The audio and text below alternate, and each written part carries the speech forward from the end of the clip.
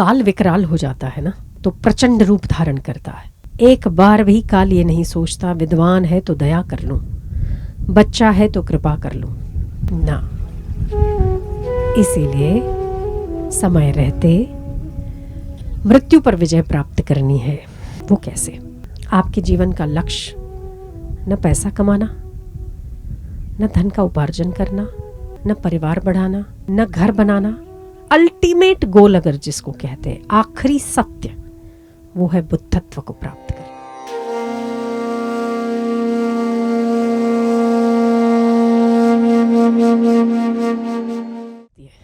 मनुष्य के शरीर का भरोसा तनिक भी नहीं है, ठीक है।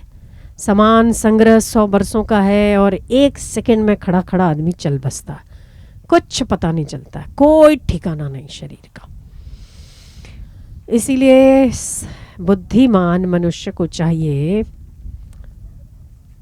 समय रहते भजन कर ले, समय रहते अपने आप को जान ले, समय रहते उत्तम से उत्तम कर्म करके अपनी करेंसी को बढ़ा ले, जो कि साथ ले जाने वाली है। धन, मित्र, पुत्र, परिवार, कमाया हुआ जो कुछ भी आपके पास है, वो एक भी चीज साथ नहीं जानी, ये तो बात पक्की। और उन समस्त चीजों को अगर आप यमराज को दे दो और कहो आधी सेकंड का हमें जीवन दान दे दे, क्या मिलेगा? हाँ, मिलेगा?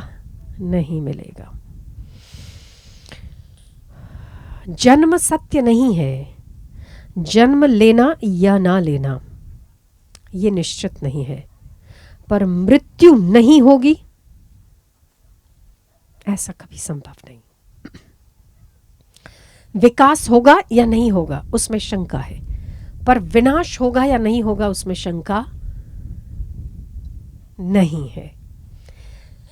आपके घर बेटी आएगी या नहीं आएगी, बेटा होगा या बेटी होगी उसमें शंका है, पर आई हुई बेटी मरेगी नहीं, क्या शंका है? शंका है? मरेगी ही। जन्म के साथ मृत्यु लग जाती है, खिलने के साथ कुम्हलाना लग जाता है, बनने के साथ मिटना लग जाता है। हम उस दिन यहाँ पर बैठे तो मैंने देखा कितनी चिताएं जल रही थी, इतनी कि पूछो मत। कहीं से कोई रो रहा है, कहीं से कोई रो रहा है, कहीं से कोई रो रहा है, क्रंदन ही क्रंदन था। तो जब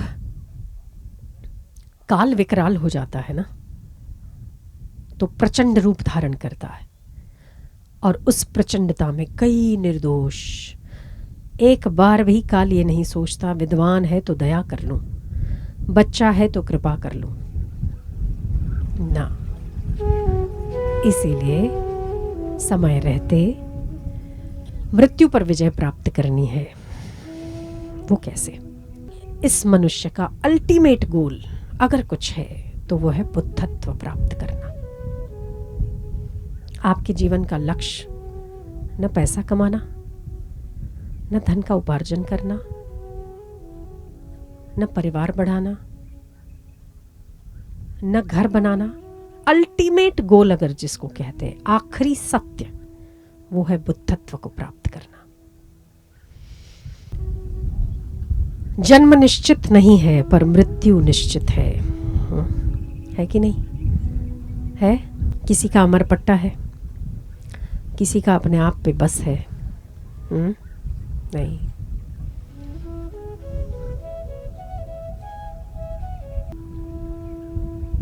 हम अपने दुख रोते रहते हैं, मुझे ये दुख है, मुझे वो परेशानी है, मुझे ये परेशानी है।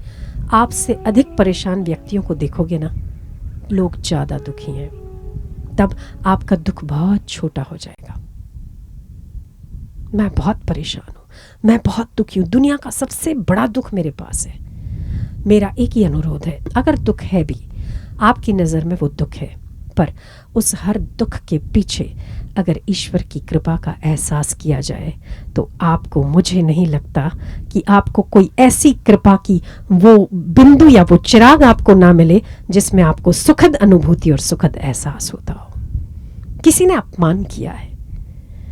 अपमान तो इस धरती पर किसका नहीं हुआ? राम जी का हुआ, कृष्ण का हुआ, बुद्ध का हुआ।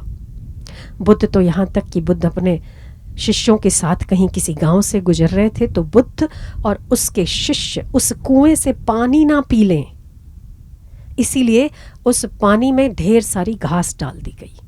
क्यों? वैसे ही जगत और भगत के बीच में होता रहता है।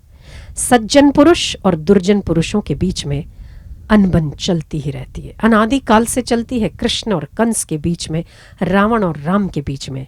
तो जब राम को ही कोई नहीं छोड़ता तो आपको किसी ने नहीं छोड़ा, तो उसमें कोई बड़ी बात नहीं है। पर बड़ी बात यह है कि आपने उसका रिएक्शन कैसा दिया है, आपने उन स्थितियों को लिया कैसे है। अगर तो इसको ईश्वर की कृपा के तौर पर लिया है तो निश्चित ही सारी दुनिया नंगी तलवार लेकर खड़ी हो जाए, फिर भी आपका बाल बांका कोई नहीं कर सकता। भगवान बुद्ध अपने शिष्यों के साथ जा रहे थे। कुएं में किसी ने घास डाल दी ताकि उस कुएं का जल ग्रहण ना किया जा सके। बुद्ध ने कहा कि प्यास लगी है। आनंद नामक शिष्य जल लेने जाता है। जल लेने जाता है तो देखता है कि घास ही घास है। जल लाऊं तो लाऊं कैसे? वापस आता है, बुद्ध को हकीकत बताता और बुद्ध को कहता है कि ऐसा ऐसा हुआ है। बुद्ध ने कहा फिर से जाओ। वो फिर से जाता है तो अगली बार जाने पर वो देखकर आश्चर्यचकित होता है। क्या देखता है? नीचे से जल का स्रोत इतना बड़ा है, इतना बड़ा है कि ऊपर घास ऊपर तक आ गई और ऊपर तक आके घास निकल गई और बुद्ध के लिए स्वच्छ जल प्राप्त हो गया। वापस आके आनंद बड़ा गदगद होता है और कहता है कि महाराज, आपकी महिमा और आपकी लीला जानना हर किसी के बस की बात नहीं होती। बुद्ध ने कहा अपने शिष्यों से, ठीक उसी तरह आपके ऊपर वृत्तियां जो है, आपके चित्त में जो वृत्तियां हैं वो घास है। इसमें कई प्रकार की वृत्तियां हैं, दुख की भी है, सुख की भी है, जन्म की भी है, मृत्यु की भी है, लोभ की भी है, मोह की भी है। इस मन को धीरज रखकर अपने भीतर परमात्मा का स्रोत इतना बढ़ा दो कि सारी वृत्तियां निकल कर बाहर हो जाए और आप नीचे से स्वच्छ जल प्राप्त कर सको। ये बुद्ध की वाणी है। तो हमारे मनुष्य जीवन का अल्टीमेट गोल, अल्टीमेट बुद्धत्व को प्राप्त करना, सत्कर्म करना,